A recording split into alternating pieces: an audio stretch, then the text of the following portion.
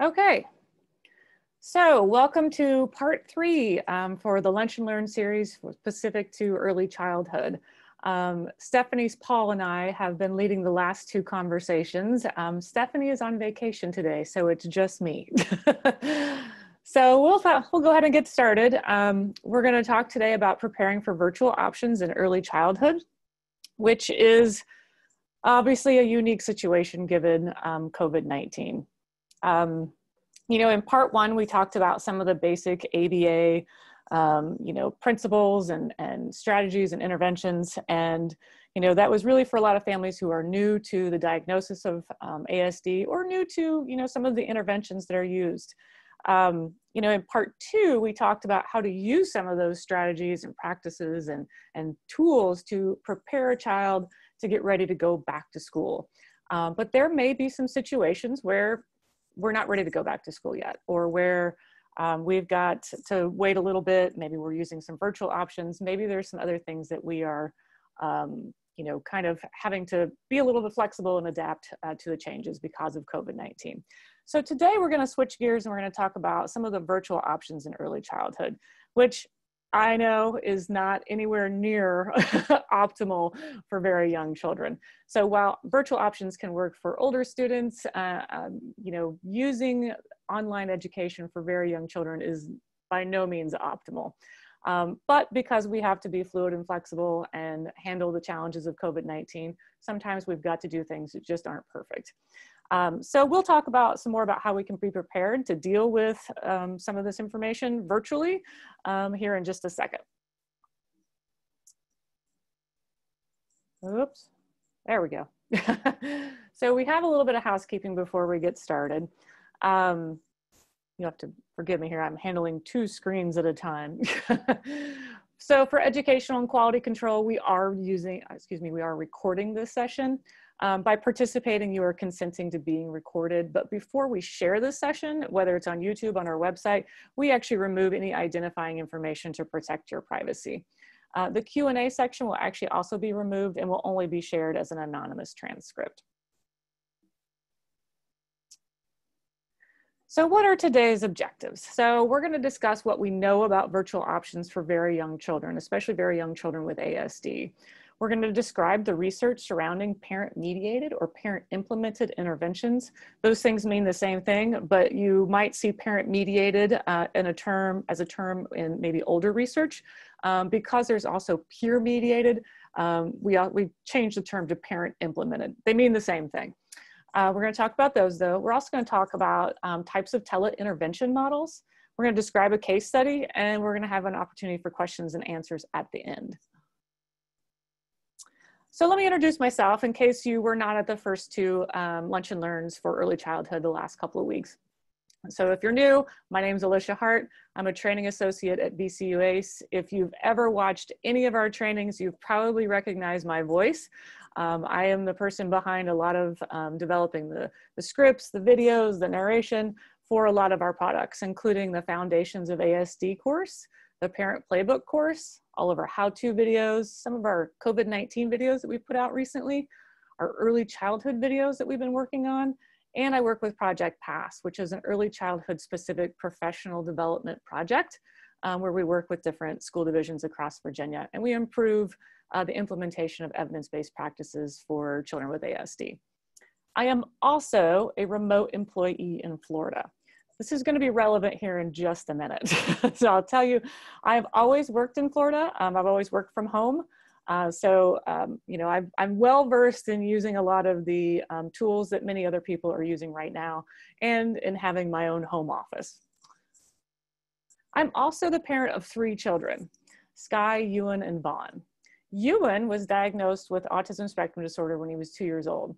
Ewan is now 18, so that was a long time ago. This picture is from a long time ago, probably 20 pounds lighter. My youngest son, Vaughn, had brain surgery at 9 and had some significant complications. So I'm well versed in handling, you know, a lot as a work from home employee. On top of that, both of my sons have been virtual students since 2013. So I work from home, I have 2 children with different special needs, and they are both virtual students. And so when we talk about things that are happening right now for families across the Commonwealth and the nation, well, and honestly, the world, a lot of families are really having to switch gears entirely. They're used to going to work in an office, their children are going to school or preschool or daycare, and you know, there's a lot that happens in the day, but it's kind of farmed out in different ways to different people. And so these families are all switching gears and coming home. They're working from home unless they're an essential employee. They're also having to, you know, have children who are being educated at home, whether it's virtually or there's some packets that are being sent. And they're trying to manage all these things at once. And it's hard, it absolutely is. So I want you to know that as I talk about this topic of virtual options for families raising very young children with ASD, that I understand completely the concerns that everyone has about how is this even going to work? How is this possible? And how, you know, is it even feasible to get anything done in this kind of environment? So let's switch gears a little bit. What do we actually know about providing early childhood education virtually? Okay. The answer is really very little. This is not something that we have thought about or wanted to use in the past because, quite honestly, we all know that instructing and teaching young children is best done in person. We know this. We've never really thought, hey, maybe it would be a good idea to, you know, to have 3-year-old children sit down in front of a computer and learn about social skills or social communication skills. We know that's best done in person. However, we also know that because of COVID-19, sometimes we have to do things that aren't perfect, right? And we've got to be able to maintain the health and safety of our community, but also try and do what we can to help families and children in this time. So the question is, what research that has happened over the years can help us as we navigate some of these virtual options for young children with ASD in this time? And there actually is some research on this part. When we talk about evidence-based practices for ASD, we have a long list of things out there, right? So I think we're up to 27, maybe it's 29, somewhere in there, of evidence-based practices that we know works for children with ASD, no matter if they're very young children or if they're transitioning into adulthood. So we know that this long list does work, can work if we know how to use those particular practices, right? One of these is parent implemented intervention or parent mediated interventions, okay? So what does that mean, really? What does parent implemented intervention mean? Well, parent mediated intervention, parents are the primary person using that intervention practice with their own child. Practitioners might teach parents in maybe an individual or maybe a group format, maybe at home or in some sort of community setting. And we might use a variety of different methods for teaching parents how to use some of these practices, right? So it might be didactic instruction, it might be discussions, there might be some modeling or coaching or even some sort of feedback, right? But the parent's role is to use that intervention practice to teach their child new skills or to decrease challenging behavior. And once parents are trained, they can implement all or part of that intervention with their child. And they're often implementing this or, you know, with other EBPs in naturalistic interventions, using video modeling, using social narratives in the context of the home or in the community or in their daily routines. So it's not really that complex. It sounds a little bit, but really what we're talking about is helping parents use these skills and practices with their child to help improve or decrease challenging behavior. So what does a parent implemented or parent mediated intervention really look like? Well, there's 2 really big components to it. So one is that there's a parent or caregiver training to it. And the trainings that we often see with parent mediated interventions are that they're very specific, right? They're very systematic. We know we're going to start with this particular practice and we're going to move through that to you know, really have this training package, and we're going to go through that whole list of training and evidence-based practices in a very systematic way, right? And so it's not just that we're doing parent education about autism or about, you know, a very broad spectrum of what are some interventions that might work. We're actually choosing very specific interventions that probably, you know, a lot, when you look at the research, a lot of them target social communication or behavior. But we can do this with anything, right? So we can use any set of interventions, any set of trainings that we want to sort of pick very specific practices, and we actually train parents on that. So it's not just awareness, it's not just a broad education, it's very specific and it's very targeted. The other aspect to it is that we coach, right? So in this situation, we'd be coaching parents or caregivers. Now, educators are often very familiar with coaching, right? They're coached to implement new practices all the time. Parents and caregivers may not be as familiar with coaching unless they've been through early intervention. So early intervention is a program for children of 0 to 3. Some of the families that are on this call, you may have participated in early intervention. That's fantastic. That's great. I'm so thrilled that you have, if you have been through early intervention, because it's a great program. And it also prepares you to understand what coaching is like and how to implement these things at home. If you haven't been in early intervention, basically what happens is you have a provider who comes to your home, shows you how to implement certain things that help, identify or that help work on different goals for your child. And then they help coach you through that. And that coaching process is really just a matter of training a little bit. There's some observation. They model some of those practices and how to do them. And then they, help families do that and provide feedback as they go along. That's really the coaching process really for anybody. But in this situation, we'd be coaching parents. So that coaching looks really similar to what we see in early intervention when we talk about a parent implemented intervention. It can look like that. And often families are really coached how to use these practices in the context of daily activities and routines, the same that you might see in early intervention. Because really the goal of using any practice at home is not to sit down and say, we're going to do 15 minutes at the table of X, Y, or Z. The goal is to be able to weave these practices throughout our day, right? So families, we get up, we have breakfast together, we all get dressed, we get ready to go out to whether it's school or work, although right now we're not doing that maybe as much. We make lunch, we have games we play with our kids, we work, we have all these transitions where we go out into the community and run errands. So what we would do in early intervention or in a parent implemented intervention is to show parents how to use those practices in the context of their daily routines. So we're not sitting down and we're doing something special for 15 minutes every couple of hours. We're actually showing you how to do this really fluid and very seamlessly throughout your day. So if we're talking about something like prompting, it's how can you prompt a family to use, how can you help a family use prompting in different situations to help their child learn new skills or to learn new routines or to decrease challenging behavior. Now, parent implemented interventions are a pretty complex concept. And so I realize that I've gone through this pretty quickly. So if you have a lot of questions about parent implemented interventions, Affirm modules are a great resource for learning more about this and kind of shows you the ins and outs and the more intricate steps that you might, that we haven't been able to cover here, right? So I highly recommend that you go to the Affirm modules, and that's the link there. It's actually going to be at the end too.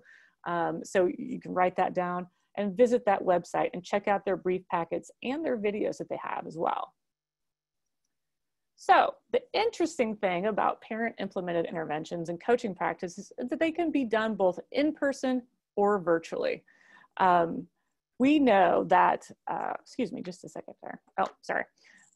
We know that parent implemented interventions can work in person perfectly. Absolutely. We also actually know that they can work virtually. We actually have quite a bit of research on a particular project called Project Impact that has done this virtually. What does that look like? What does virtual tele-interventions, what does that actually look like? Well, there's a couple of different ways to do it. Synchronous is exactly what we're doing right now.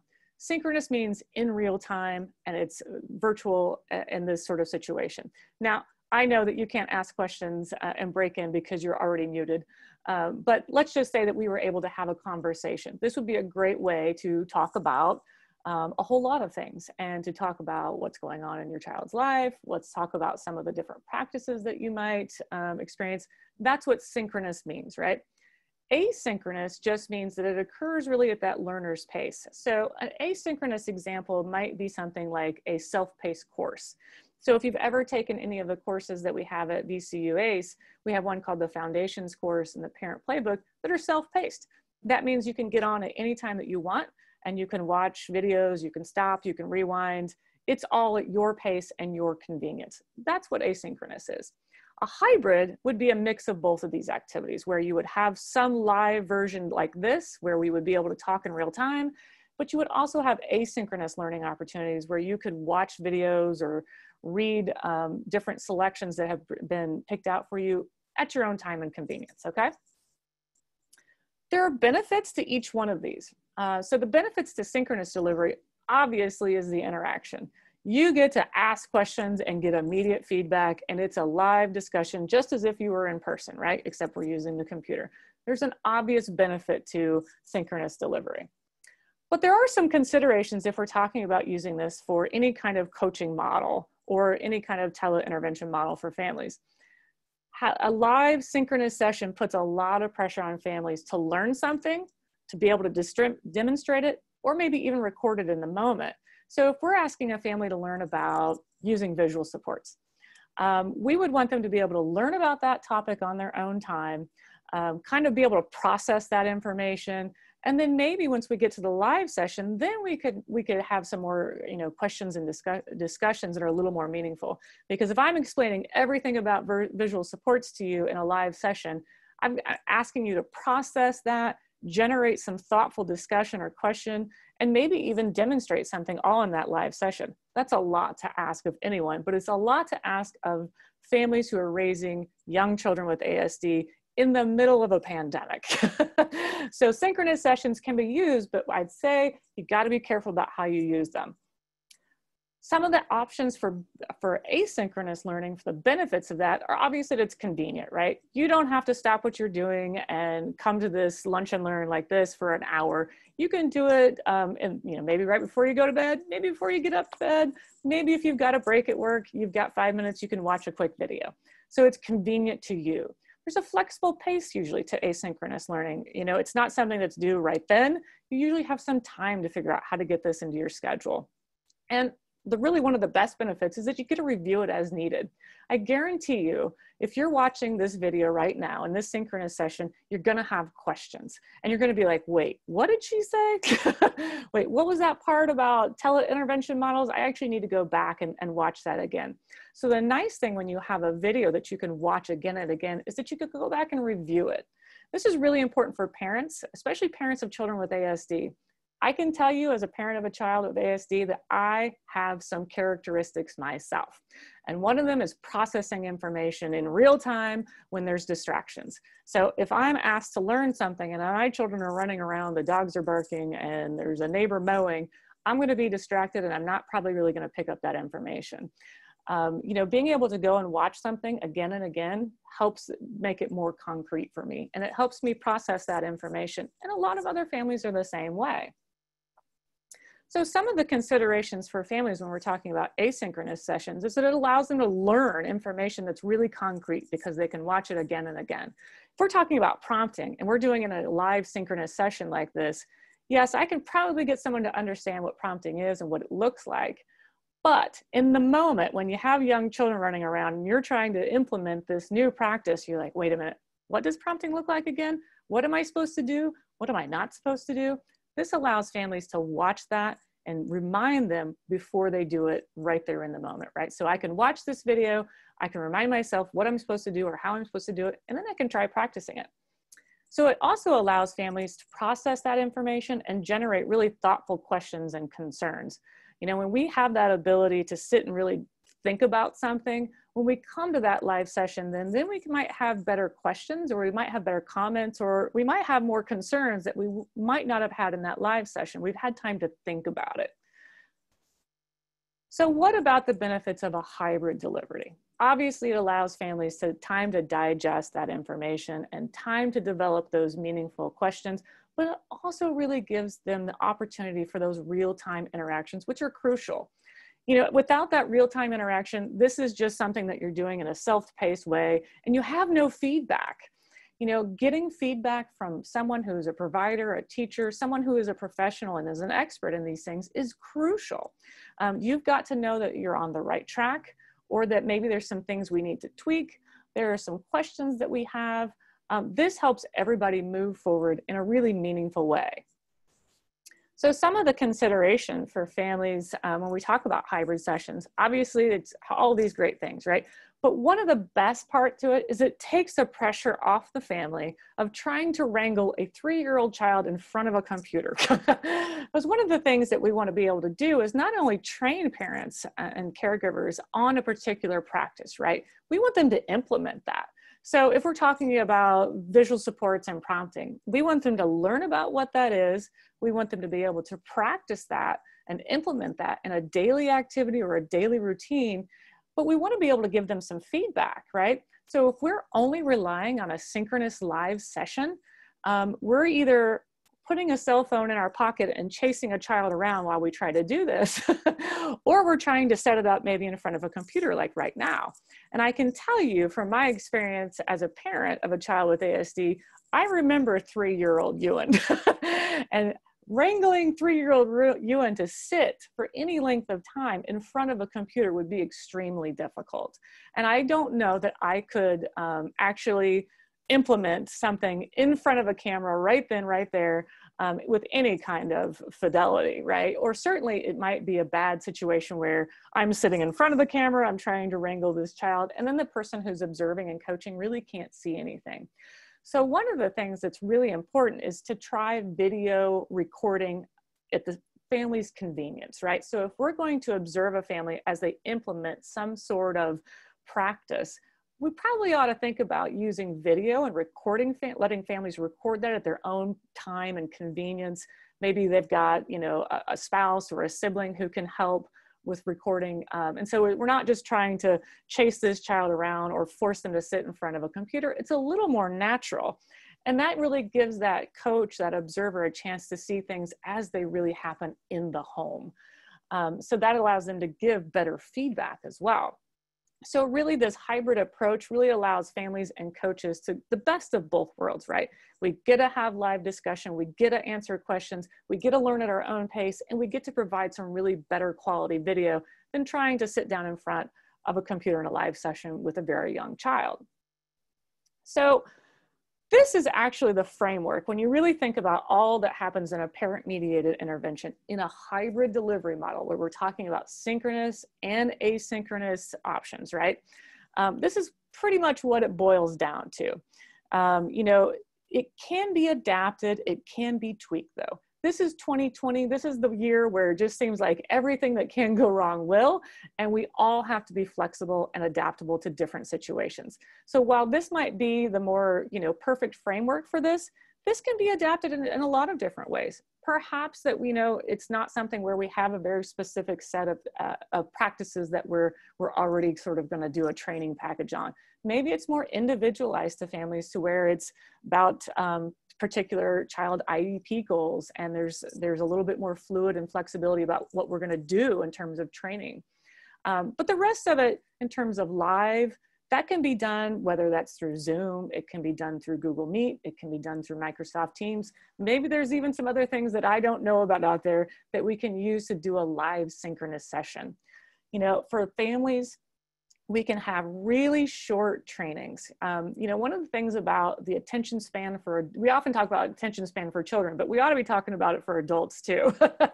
You know, our attention span as adults, as adult learners is, you know, we need short bursts, especially when we're talking about times of like COVID-19. We're all stressed out to the max. We can't handle 45-minute, you know, hour-long trainings right now and then try to you know, learn that in the context of everything that is going on. So I would say maybe we can break these things down into really small steps and really short videos so that families can learn one little bit at a time. Maybe it's 1 week at a time, maybe it's faster than that. Maybe it's slower. It all depends on the family and their abilities. So the rest of that though, that terms of coaching, that observe, that feedback, and that progress, that's gonna look pretty similar no matter what we do. That's just coaching. That's just good quality coaching. So everybody kind of sees how this works out on paper, but what does this really look like in practice?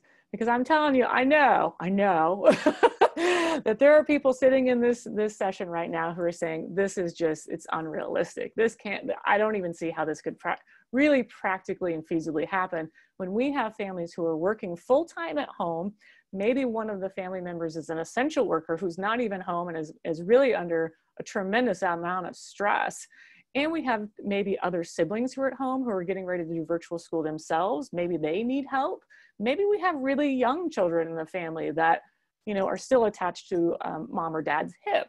And so how do we get all of this done in that context? So let's try a case study. I actually sat down and I thought, okay, what would I do right now if this were happening? So yes, my children are older, they're high school age students, and they're doing virtual school. They're extremely independent. I have to do very little for them. They know how to get online and follow the directions and submit their assignments without me being over their shoulder.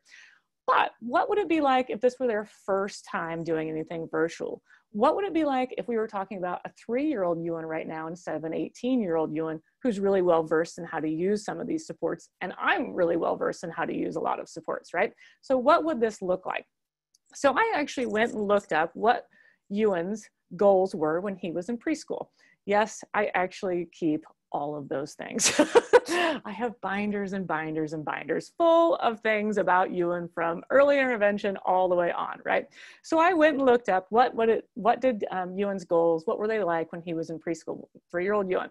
So some of the goals, there were more than this, but these are the ones I thought I could fit on a slide. Waiting and turn taking was a goal for Ewan.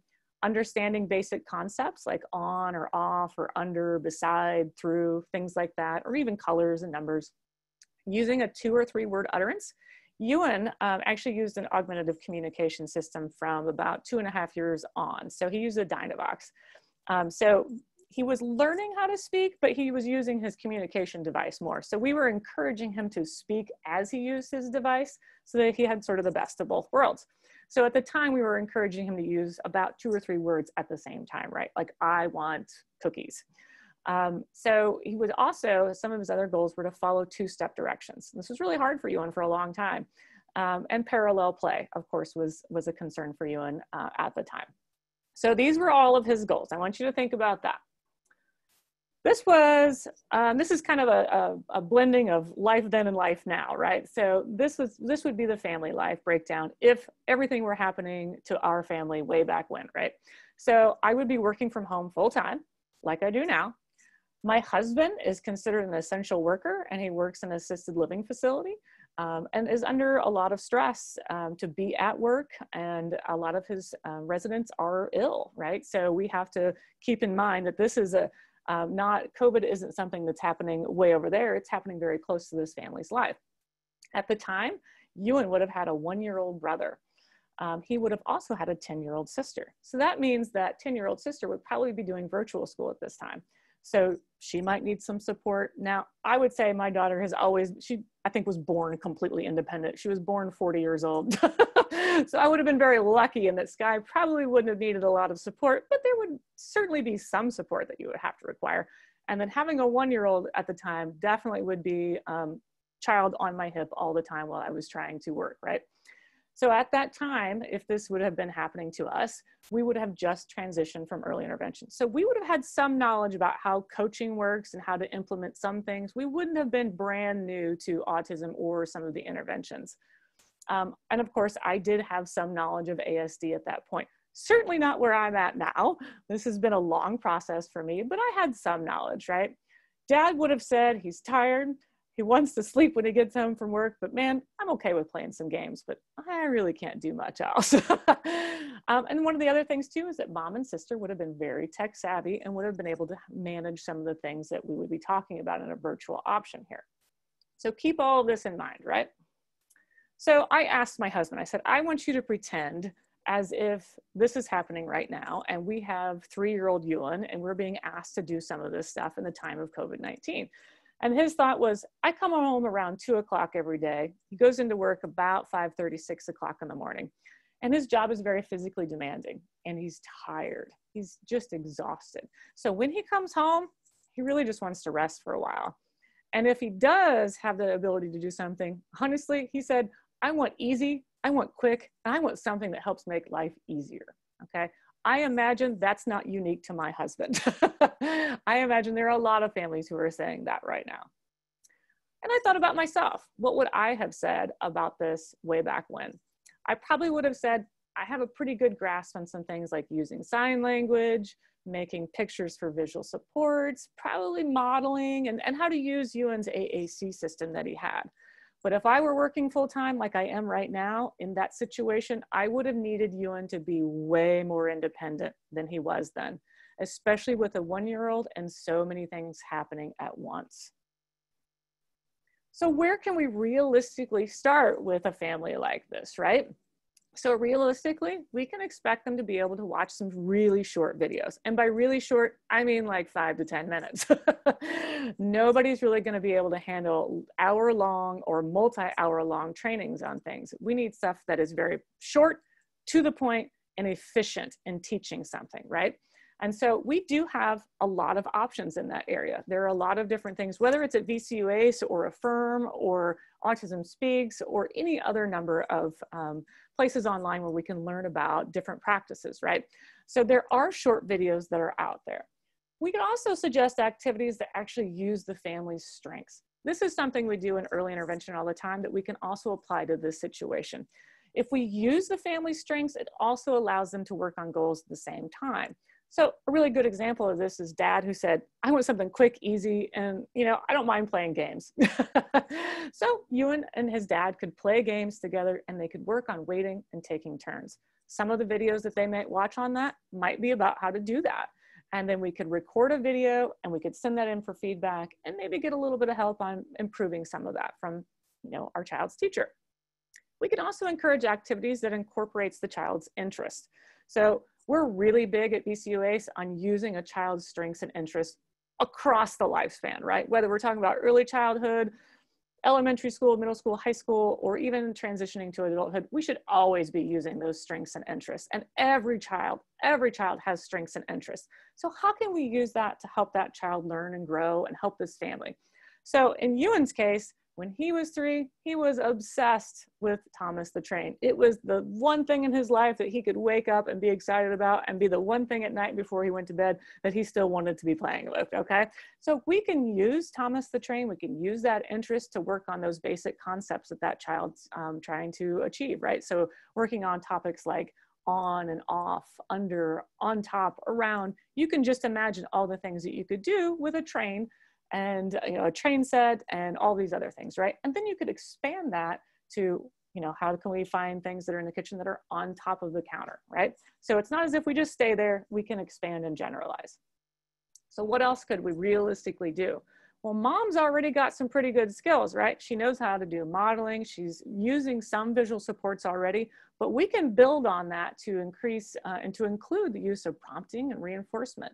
I can tell you back then, I wasn't really good at that kind of stuff. So I would have needed a little bit of help. I think I would have been pretty good at watching a video and then maybe being able to talk with someone in real time and say, am I doing this right? Is this what this means? And then showing some videos of our own to get some feedback on. We can encourage Mom to practice modeling and using those visual supports, but also using prompts and reinforcement with activities that increase independence, because that was really important for Mom. If she's working and she's got a 1-year-old on her hip, she really needs all of her other children to be as independent as possible. Now, that's not something that can happen in a week. We don't have a magic wand and we can't do this, realistically, we can't get an independent 3-year-old within a week, right? But we can start working on those steps and we can start building this. As long as we help Mom understand that this is the goal, that all the things that we are doing help increase that independence and are ultimately going to make their life easier, I think we can buy a little bit more buy-in. So we can start by following that 2-step direction, but we're going to build that to be more, to include more and more independence. And finally, in this family situation, they did have an older child that could definitely help with video recording. So maybe Dad's not there, maybe Dad comes home and is really tired. Maybe, Dad can't always be there to do some of the videoing, but I guarantee you almost every 9-year-old on the planet now knows how to use a cell phone or, some other recording device to take video. They could probably actually create a TikTok video, do it better than anybody else and have edited it. So all we're looking for though is some really short clips of, the family using these new practices and how it's working out in the home. So these are just short video clips. These aren't things that we have to video for 30 minutes or an hour. We're talking sometimes maybe 3 minutes, maybe less. So this is really pretty realistically doable. And then they would then submit that and get some feedback from their child's teacher. So we come back to this here. So where we've talked about live, we talked about some of the learning, and we've talked a little bit about, you know, some of that, all this prep work, right? Right before we get that video where someone's going to observe it and then give us some feedback. So what does that look like though? If we have given video, we've created this little 30-second video, maybe it's a minute, a couple of minutes, we've created this video and we've sent it in. We've sent this video to our child's teacher to see if we can get some feedback. Well, what would feedback look like? You could get a feedback coaching form. So in coaching, we often use coaching logs so that people can look back at something concrete, right? They can look back to something written that says what actually happened in that session. And there's concrete feedback that that person can view again and again and again and refer to that, right? So we might not want to rely on just a synchronous session of giving feedback because that's not very concrete for families. They may forget what you've said. So giving families feedback in a written form allows them to come back to it, right? It also allows them to prepare for that live session when you come back and you're talking and you're kind of going through some things in live, you know, live time, real time. So if you give them this feedback in this form, mom and dad can think about this for a while. They can be like, yeah, you know, that's a really good, it's a really good thought. I should have probably thought about this before. And then maybe they try it again. And then when you come back to your live session, you can go over this feedback form, or maybe there's some questions that families have generated since they've gotten that, or maybe there's a little more in-depth conversation that we can have. Feedback forms are great. You can adapt any coaching log to be used with families. And families, you can, you know, you might see any number of different types of feedback. It might just be a quick, but here's a little comment, or it might be more structured like the one you see on the screen where there's, you know, where they've marked off, this is what I actually saw in the video. I saw the families using a schedule and maybe a task analysis and a visual support. Family video feedbacks could look very different for each particular situation. Now, I know I have talked about a lot of things pretty quickly. I mean, it's only been 40 minutes. This is something we could talk for probably 4 days. So I recognize that everyone's going to have a lot of questions. And there's a lot of ways that you could go about that. So I've talked about the Affirm modules before. Early on when we talked about parent implemented interventions, I highly, highly recommend that if you have thoughts about using something like this in a particular virtual option, go and check that out. Not only do they have that brief packet where it's kind of like all, you could print it out, but they also have videos and modules where you can go through and there's actual examples. Another good resource is called Project Impact. This is a parent mediated intervention that is done virtually using both synchronous and asynchronous activities. They actually have a YouTube video where they talk about more about their model and what it actually looks like. And they talk about some of the coaching forms that they use because there are, remember, a wide variety of coaching forms that could be used. I also want you to refer you to coaching, some coaching practices that we currently use in early intervention in Virginia and across the country. This is an evidence-based practice. Coaching is an evidence-based practice for everybody, right? Like we know that coaching works. The particular type of coaching that is used in early intervention is for families, right? So this is going to be the most relevant to this situation. So there's a great resource at that eiexcellence.org site. And of course, VCU ACE also, of course, has some pretty good resources, right? We don't really talk too much about parent implemented interventions because it's not something that we've had to deal with, right? We were talking about more, what does in-person instruction look like? But because of COVID-19, there are some shifts that we're having to make. We recently had a community and learning event in the summer for some of our Project Pass members where we talked about parent-mediated interventions with a hybrid model in a little more depth. And that will be online soon for everybody to look at and to watch. So kind of keep a track of some things at our website. And then we also have a VCU ACE Early Childhood COVID-19 playlist. Now we don't talk specifically about this yet, but as things move forward and we see that maybe more people are moving to virtual options that maybe include some of this stuff, you might see more things. But there are a number of resources for families where they could use in terms of training. So there's things about routines and schedules, visual supports, handling COVID-19. So there's lots of really good stuff that's really short that is directed specifically towards families raising young children with ASD. So I have not checked the chat at all because I'm only doing this by myself. I don't have Stephanie here to help me. So I'm sure there are some questions. Let me take a second to come up here to the chat. If you do have questions, just you go up to the chat section and then you type in your question here. So it looks like we have some hellos and some greetings. I see a question here. It says, parents who are not tech savvy, they don't know about setting up email, apps, and phones. Absolutely. There are going to be a lot of families who are not tech savvy like my husband, or excuse me, me and my daughter were at the time. And so some of that prepare work that we're talking about, when we talk about, like before we even get to that live session, part of that is preparing to help families get to that point, right? So actually, and I totally forgot this, and if I can find it, before this goes live, I'll try and keep this a link. Maybe I can put it in the PowerPoint somehow.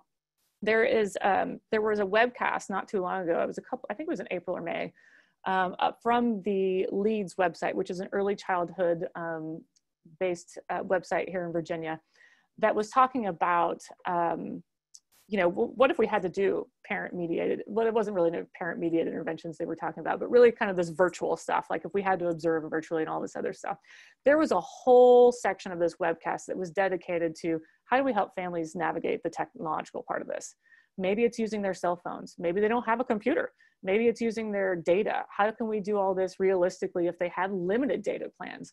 So I will look that up very quickly and I will try and put that in there in this chat feature or add it to the resource page. And this resource page, somebody just asked, is that list going to be available to everybody? Absolutely. So once this video is added to our, I believe it's our website and our YouTube channel, you're going to be able to click on that website, or excuse me, click on the video and go to those links. I'm not sure we can email that though to everybody, but if you have, there is an email at the end. So if you have questions, absolutely email that. And if you can't access it through the video, we can definitely send that to you. Does anybody have any other questions?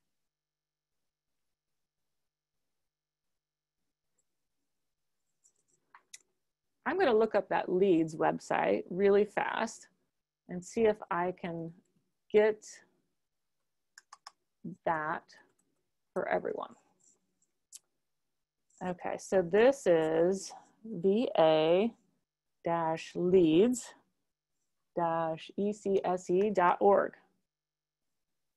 And you will see a lot of resources. They definitely have one though that's a 3-part recorded series on best practices. Excuse me, that's a different one. We have, I'm trying to find it on here. My vision is really, really terrible, so I apologize. It should be on that front page there. If you can't find it though, email and let us know.